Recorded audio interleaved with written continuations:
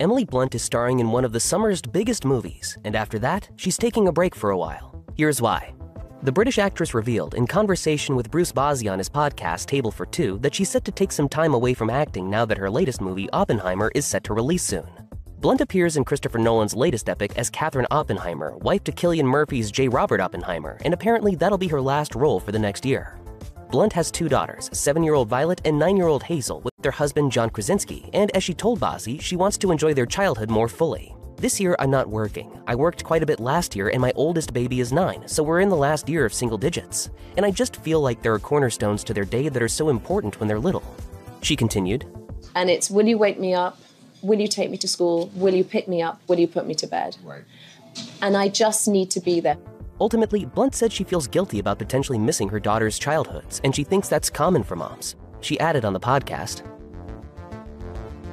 And I think maybe all mothers are. Yeah. You're just prone to feeling bad for, God forbid, wanting something outside of being a mother. Blunt was clear about wanting to take time away from acting so she could spend more time with her daughters, and it definitely doesn't seem like she wants them to follow her lead and become actors themselves. In a June interview with Harper's Bazaar UK ahead of the release of Oppenheimer, Blunt revealed, "My toes curl when people tell me, my daughter wants to be an actress. I want to say, don't do it, because it's a hard industry and it can be very disappointing. A lot of people tell you not to take things personally, but it's completely personal, especially when you're being judged on how you look, so you just have to endure that side of things." It's clear that Blunt, like many women in the public eye trying to balance successful careers and parenthood, is frustrated by the notion that you can't have it all. Even though she's unequivocal about this break from acting, she's also as ambitious as ever. Acknowledging to Harper's Bazaar that she's pleased that equal pay has become a bigger discussion in Hollywood, Blunt said, "Ambition is healthy. It shouldn't be seen as a negative thing. It's about knowing your worth and what you bring to a project and never apologizing for doing well." When all is said and done, it seems fair to say that Blunt deserves a break considering just how many projects she's filmed lately.